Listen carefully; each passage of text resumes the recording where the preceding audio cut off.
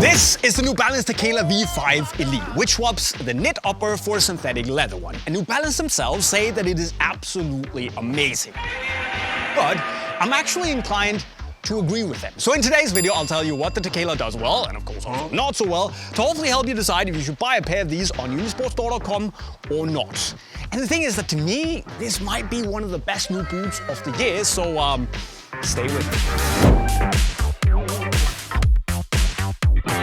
So after 4 generations of knitted uppers, New Balance have introduced a new upper material on the Tekela V5 Elite. They call it Dynamic Touch Tech, and it is a very, very soft synthetic leather, which, well, yeah, I'll tell you face to face. Because the Dynamic Touch Tech upper here might be one of the softest synthetic leather uppers I've ever tried in my life. The others being ASIC's Silky Wrap, Adidas's Hyper Touch, and Sakito's Bio Touch uppers. And I think this is second only to ASIC's Silky Wrap, because it is just so soft that it's borderline ridiculous.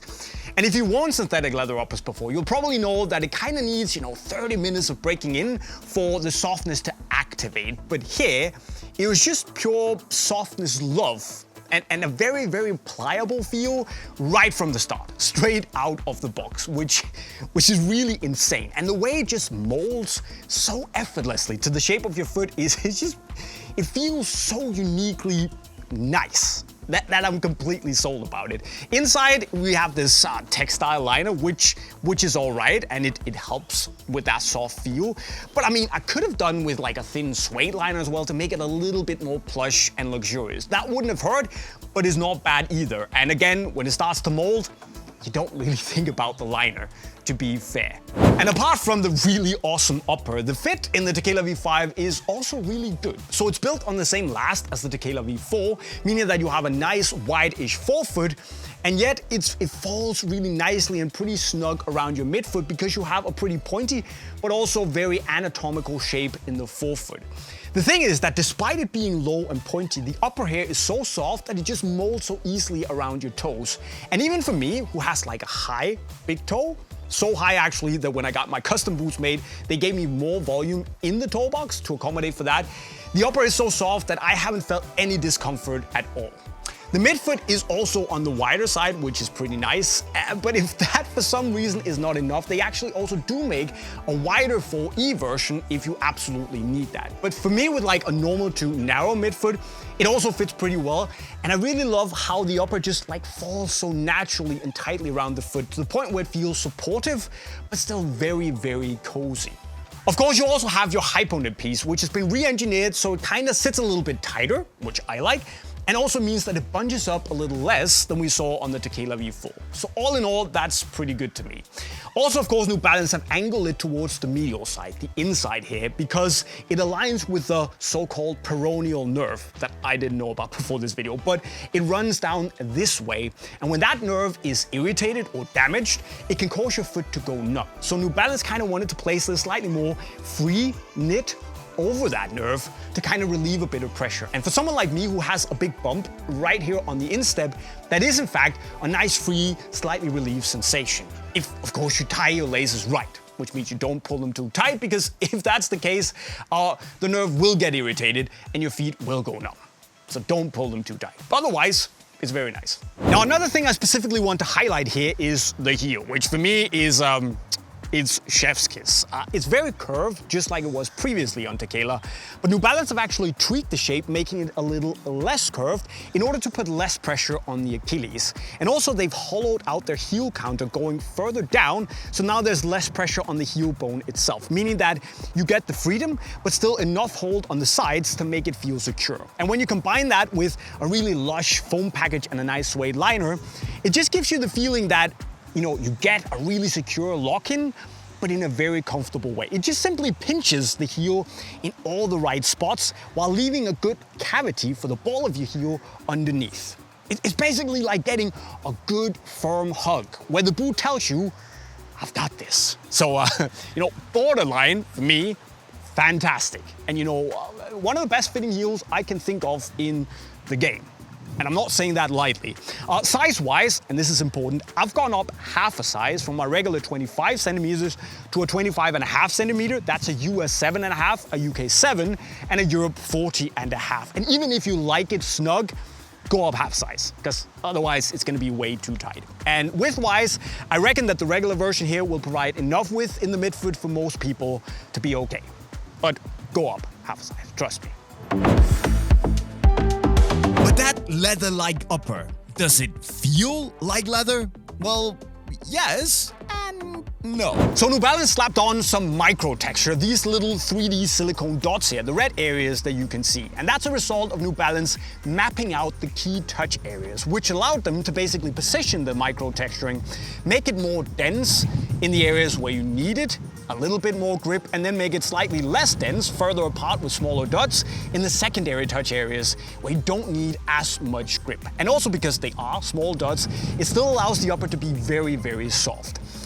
And it gives you that slightly grippy, it's not sticky feeling on the ball. It's slightly more, a matte tactile sensation where it's just a slightly enhanced feeling of touch. But actually, leather-like, for me, not really, to be fair. I mean, it is very nice and soft and feels pretty elegant on the ball, but it doesn't have that unique pillow-like feel that you would normally associate with a leather boot. But honestly, that's okay, because it is a very nice touch. It has a little bit of that light feel. I'm thinking like cat paw-like sensation on the ball. It's still thin enough to feel nice and close and connected, but somehow it just also has a smoothness to it, with that little bit of grippy tactility to it. So very nice. And because you also have this pretty low pointy toe box, it feels nimble as well. So I like it. There's a little bit of dead space in the toe, which you'll get used to, but that's kind of the only thing that I don't like with the touch. Otherwise, solid. The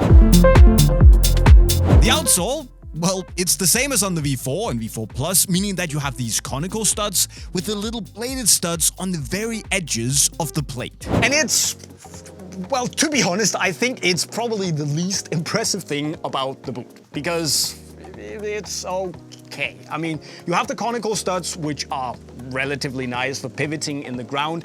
The forefoot is on the softer side, I would say, which, if you're into that sort of thing, is pretty comfortable. And overall, it's a rather mellow feeling.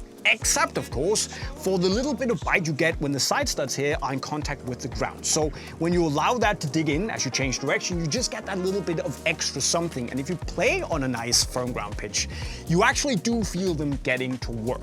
But with that said, they're actually also the reason I personally would not think of using the Tekela V5 on artificial grass. Because yes, you have the conical studs that are nice for rotational movements, but because you have the bladed studs right next to them, that still means that the risk of getting stuck is very much present. So don't do it. But apart from that, it's a solid outsole. Nothing more, nothing less. But I mean, having seen it on the V4 and V4 Plus, and now the V5, it's time for a new one. However, there are also a few annoying things about the Tekela V5 Elite that you need to know about. So here's 4. And the first one is that I feel that the lockdown in the midfoot could be just, a tad bit better with a little bit of reinforcement inside of the medial side. And also because the lacing is relatively shallow. Personally, I could have done with it being slightly longer and having more lace holes to give more adjustability and give me the chance to just completely lock down my foot in this part of the boot. And while I personally absolutely love the heel shape, that more snug fit could potentially be an issue for players with wider heels. Now, it's so good that I don't think it will be, but if you have a wide heel, at least now you know. And the side studs. I mean, yes, they're nice for changing direction and all that stuff, but they're also, they're studs in a place where my brain is not used to having studs. So doing sole rolls and stepping on the ball has led to doing some very unexpected moves that haven't, to be honest, worked all that well, because my brain is still adjusting. So are they, in the way? I don't know, but at least it takes some time to get used to it. And I still haven't. And finally, the forefoot of the outsole just feels a little bit sloppy to me. I mean, yeah, it's nice and comfortable, but I could just personally have done with like a little bit more snapback. Because it just, For me though, even these things cannot overshadow the fact that the Tekela is absolutely wonderful. In fact, I think it's so good that we're probably talking a dark horse for the title of Best New Boot of the Year for me. And yeah, I realize those are pretty big words because we've had a lot of good boot releases this year, but my God, what a fit. It's just so instinctively comfortable and so natural on the ball. And I'm just completely in awe of that touch tech upper. It's genuinely amazing. And for me, if you love the V4 and the V4 Pluses, you're gonna vibe with this. Actually, in general, if you love comfort, you're probably gonna vibe with this. And if you wanna try a pair, and you're probably gonna wanna, well, you can buy it in the link to Unisport right over there, but not of course, before you told me what you think of the Tekela V5 Elite in the comment section right down below. And maybe also, if you haven't subscribed to the channel yet, or left a like on the video, go and do that. And if you just wanna see more boot-related videos before you go and buy a pair of Tekelas, hit the playlist right down there. With those words, I'll be signing off. Cheerio.